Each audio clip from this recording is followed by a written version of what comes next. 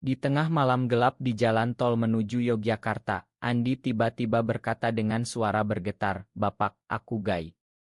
Aku sudah punya pacar laki-laki selama 2 tahun." Mobil oleng sejenak karena tangan saya gemetar, dan saat itu juga dunia saya seperti runtuh.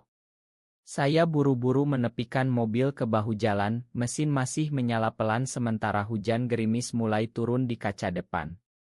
"Apa katamu, Nak?" tanya saya lagi, suara saya parau seperti bukan milik saya sendiri. Andi menunduk, tangannya saling meremas di pangkuan, wajahnya pucat di bawah cahaya lampu dashboard. Perjalanan ini seharusnya menjadi momen penyembuhan. 2 tahun lalu istri saya, ibu kandung Andi, meninggal karena kanker. Saya, Budi, pria biasa berusia 48 tahun yang mengurus perusahaan kecil di Jakarta, memutuskan mengajak anak tiri saya yang sekarang berusia 22 tahun ini road trip panjang dari Jakarta ke Bali. Saya pikir dengan mengunjungi tempat-tempat yang dulu sering dikunjungi keluarga kecil kami bisa saling mendekat lagi. Andi kuliah di UI, jarang pulang, selalu bilang sibuk skripsi.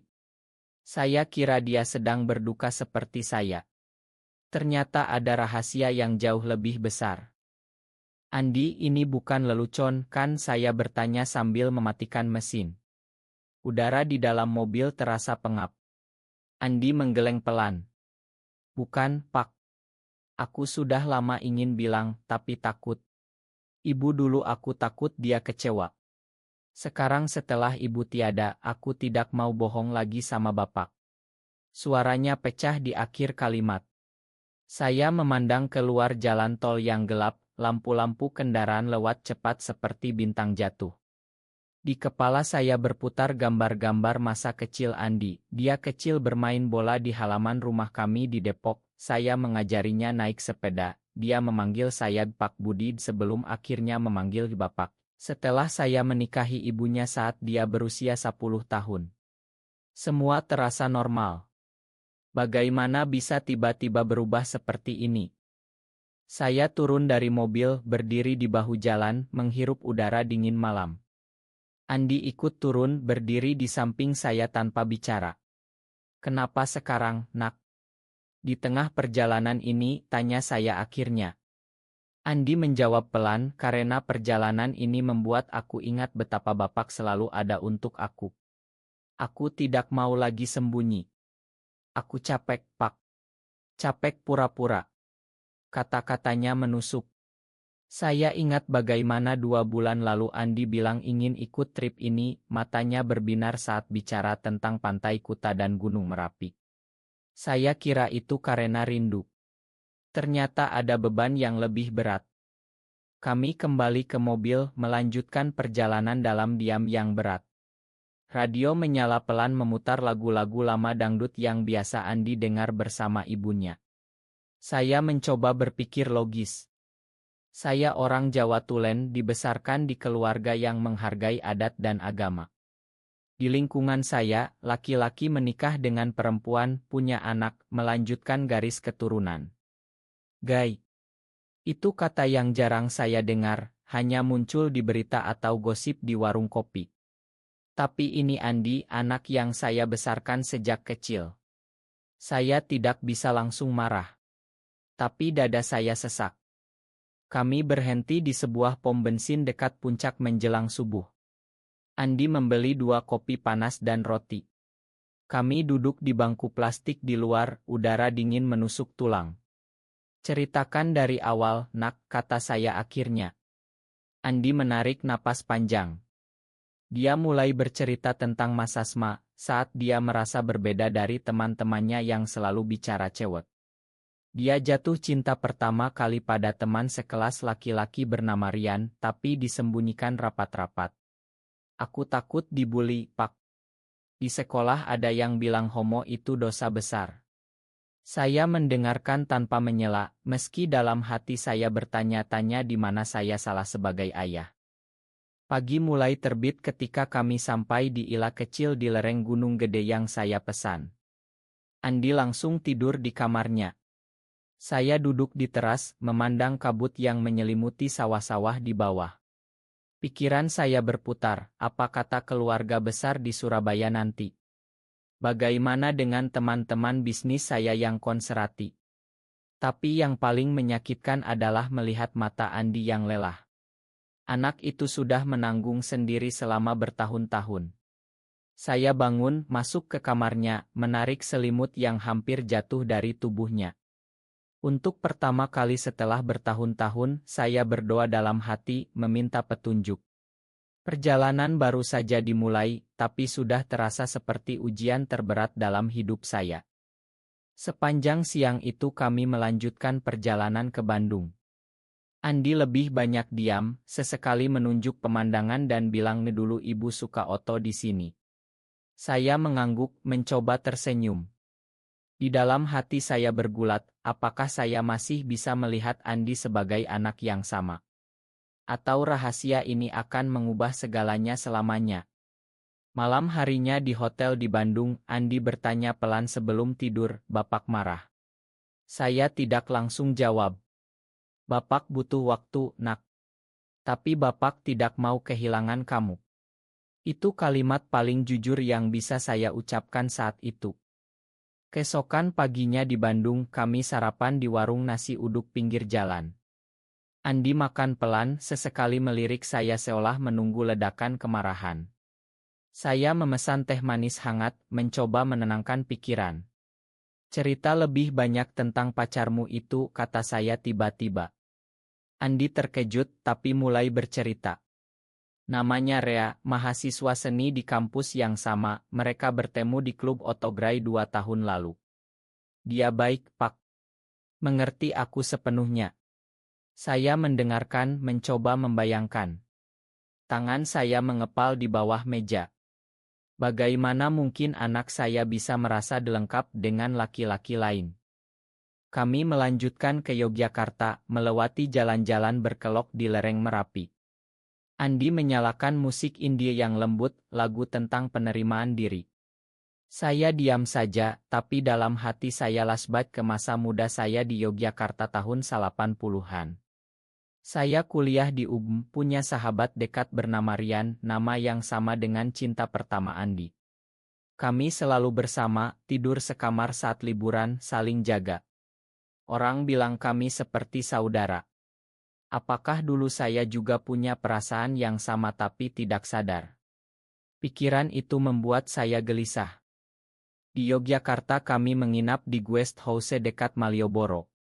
Malam itu hujan deras. Andi duduk di teras, memandang lampu-lampu kota. Saya bergabung, membawa 2 gelas teh jahe. "Bapak dulu juga pernah bingung, Nak," saya mulai bicara. Andi menoleh cepat. Saya ceritakan tentang Rian, bagaimana kami hampir seperti saudara kembar tapi kemudian Rian pindah ke Jakarta dan kami jarang bertemu. Mungkin Bapak tidak mengerti sepenuhnya, tapi Bapak tahu rasanya kehilangan seseorang yang dekat. Andi tersenyum tipis untuk pertama kalinya sejak pengakuan itu. Keesokan harinya kami berkeliling keraton dan Prambanan. Di antara kerumunan wisatawan, Andi berbisik, "Di sini aku pernah merasa paling sendirian, Pak. Setiap lihat pasangan, aku iri." Saya diam, tapi tangan saya tanpa sadar menyentuh bahunya sebentar. Kami makan gudeg di angkringan malam, duduk lesehan di tikar. Andi bercerita tentang tekanan di kampus, bagaimana ada teman yang menjauhi setelah curiga. "Aku takut Bapak juga begitu." Saya menjawab pelan, "Bapak tidak janji langsung mengerti, tapi Bapak janji tidak akan menjauh." Perjalanan berlanjut ke arah timur. Di Solo kami singgah di rumah saudara jauh.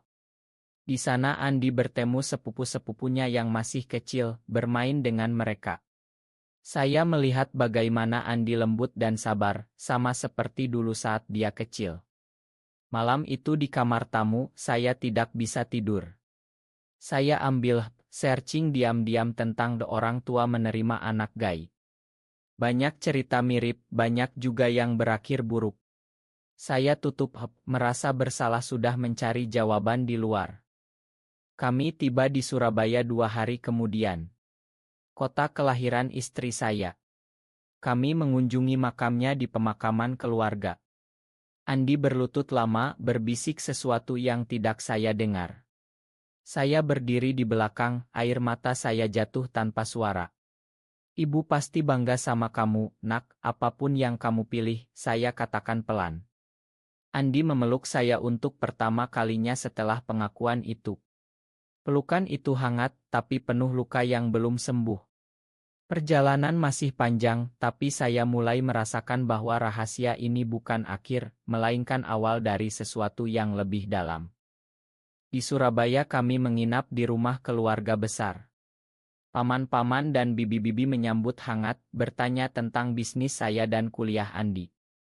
Andi tersenyum sopan, tapi saya lihat ketegangan di matanya.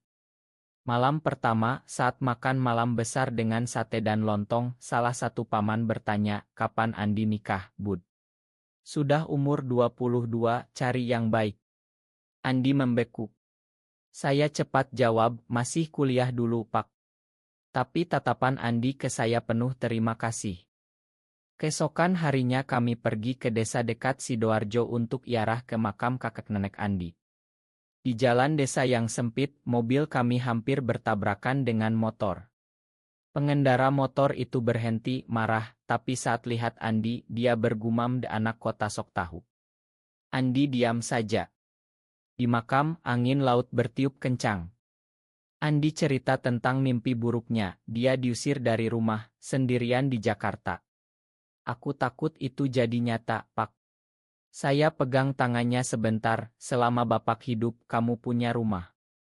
Kami lanjut ke Probolinggo, menuju pelabuhan menuju Bali. Di perjalanan, Andi terima telepon dari Rea. Saya pura-pura tidak dengar, tapi suara Andi lembut saat bicara. Setelah telepon, dia bilang, Rea ingin ketemu di Bali. Dia lagi ada proyek oto di sana. Saya mengangguk pelan, meski dada saya berdebar. Apa saya siap bertemu pacar anak saya? Di Eri menuju Gilimanuk, angin laut menyegarkan. Andi berdiri di dek, rambutnya ditiup angin. Saya bergabung, kami diam menikmati pemandangan laut. Andi bilang, terima kasih sudah tidak marah-marah, Pak. Saya jawab, Bapak masih belajar, nak. Tapi Bapak lihat kamu bahagia saat bicara tentang dia. Itu kalimat pertama saya yang mendekati penerimaan. Di Bali kami langsung ke Ubud. Hutan hijau, sawah terasering, suasana tenang. Andi seperti berubah, lebih rileks. Kami jalan-jalan ke pasar seni, Andi beli lukisan kecil untuk Rea. Malam di Ila, kami duduk di tepi kolam renang. Andi cerita tentang pengalaman pertamanya merasa diterima di komunitas kecil di kampus, tapi juga pengkhianatan dari teman yang membocorkan rahasianya ke dosen. Aku hampir drop out, Pak. Saya mendengar dengan hati terbuka, mulai mengerti betapa berat perjuangan anak saya. Kami lanjut ke Kuta. Di pantai, Andi bertemu Rea secara diam-diam sore itu. Saya lihat dari kejauhan, dua pemuda berpelukan singkat, tertawa. Hati saya campur aduk, cemburu, sedih, tapi juga lega melihat senyum Andi yang tulus. Malam itu Andi pulang dengan mata berbinar. Rea ingin bertemu Bapak besok. Saya diam lama, lalu mengangguk. Perjalanan ini sudah membawa saya ke tempat yang tidak pernah saya bayangkan. Pagi di Kuta cerah. Rea datang ke Ila kami, pemuda tinggi kurus dengan senyum ramah, membawa buah tangan kopi Bali. Selamat pagi, Om, katanya sopan. Saya jabat tangannya, merasa aneh tapi tidak marah. Kami duduk di teras, minum kopi sambil ngobrol tentang proyek oto Rea. Andi duduk di samping saya, tegang. Rea cerita tentang keluarganya di Denpasar yang sudah tahu dan menerima, meski tidak mudah. Saya juga pernah diusir, Om. Tapi sekarang kami baik-baik saja. Siangnya kami bertiga jalan ke pantai. Rea dan Andi berjalan sedikit di depan, sesekali tertawa. Saya ikuti di belakang, melihat bagaimana mereka saling jaga. Tiba-tiba ada sekelompok pemuda lokal lewat, salah satunya berteriak kasar banci ke arah mereka. Andi membeku. Rea pegang tangannya, tapi saya langsung maju. Hei, jaga mulut kalian. Suara saya keras. Pemuda-pemuda itu pergi sambil tertawa. Andi memeluk saya, terima kasih, Pak. Saat itu saya sadar, saya sudah membela anak saya tanpa ragu. Malamnya di hotel, telepon dari paman di Surabaya. Ada gosip di keluarga, Andi kelihatan dekat dengan laki-laki di Bali. Saya marah, tapi tenang. Andi anak saya. Urusan dia urusan saya. Andi dengar percakapan itu, matanya berkaca-kaca. Bapak tidak perlu repot. Saya jawab, ini bukan repot, nak. Ini keluarga. Keesokan harinya kami ke Uluwatu. Di tebing, angin kencang. Rea ikut. Kami bertiga duduk menikmati sunset. Rea bilang pelan, Om, saya sayang Andi. Saya janji jaga dia. Saya lihat mata Andi penuh harap. Saya jawab, jaga dia baik-baik. Tapi ingat, dia anak saya. Itu bukan restu penuh, tapi langkah pertama. Tapi konflik muncul saat Rea cerita tentang mantan pacarnya yang membocorkan foto mereka ke media sosial kampus tahun lalu. Andi hampir patah semangat. Aku merasa dikhianati, Pak. Itu kenapa aku takut bilang ke Bapak. Saya peluk bahunya, sekarang Bapak ada di sini. Perjalanan mulai terasa seperti penyembuhan bagi kami berdua. Di Sanur kami menyewa perahu kecil untuk snorkeling. Andi dan Rea berenang bersama, saya duduk di perahu menonton. Melihat mereka tertawa di air jernih, saya tersenyum sendiri. Pulang ke pantai, Andi bilang, Bapak, aku merasa bebas untuk pertama kalinya. Saya jawab, Bapak juga mulai belajar bebas dari prasangka sendiri. Malam terakhir di Bali, kami makan malam di warung pinggir pantai. Rea ikut. Obrolan mengalir tentang masa depan. Andi ingin lanjut S2, Rea ingin buka studio oto. Saya cerita tentang bisnis saya, bagaimana saya dulu juga berjuang sendirian setelah ayah saya meninggal. Tiba-tiba ponsel saya berdering, ibu saya di Jakarta, Bud, ada yang bilang Andi aneh. Kamu tahu? Saya jawab tegas, ibu Andi anak saya. Dia bahagia, itu yang penting. Andi dengar, air matanya jatuh. Keesokan paginya di bandara, Rea pamit pulang ke Denpasar. Dia peluk Andi lama, lalu jabat tangan saya. Terima kasih, Om. Saya angguk, jaga diri. Di pesawat pulang ke Jakarta, Andi tidur di bahu saya. Saya pandang keluar jendela, awan putih. Perjalanan panjang ini mengubah saya, dari pria yang takut apa kata orang, menjadi ayah yang belajar mencintai anaknya apa adanya. Sesampai rumah, keluarga besar datang. Ada perdebatan kecil, tapi saya berdiri teguh. Andi tetap anak saya. Andi berdiri di samping saya, bahunya tegak. Itu momen saya bangga. Bulan-bulan berikutnya, Andi sering pulang akhir pekan. Kami bicara lebih terbuka tentang segalanya. Rea datang ke Jakarta sekali, kami makan malam bersama. Saya lihat Andi bahagia dan itu cukup bagi saya. Suatu malam di teras rumah, Andi bilang, Bapak, terima kasih sudah ikut perjalanan itu. Itu menyelamatkan aku. Saya jawab, justru kamu yang menyelamatkan Bapak dari kebodohan lama. Kini Andi lulus kuliah, bekerja di agensi kreatif. Rea masih bersama, hubungan mereka stabil. Saya sering ikut acara mereka yang sederhana, seperti piknik di taman. Keluarga besar mulai pelan-pelan menerima, meski masih ada bisik-bisik. Tapi saya tidak peduli lagi. Perjalanan panjang itu mengajarkan bahwa cinta keluarga lebih besar dari apapun. Andi sekarang punya rencana buka bisnis kecil bersama Rea. Saya dukung penuh. Saat melihat mereka berdua tertawa di ruang tamu, saya sadar, pengakuan itu memang mengubah cara pandang saya, tapi justru menjadi yang terbaik. Apakah benar bahwa pengakuan seorang anak tentang orientasi seksualnya selalu membawa perubahan positif bagi keluarga, atau salah karena bisa menghancurkan ikatan tradisional? Benar atau salah?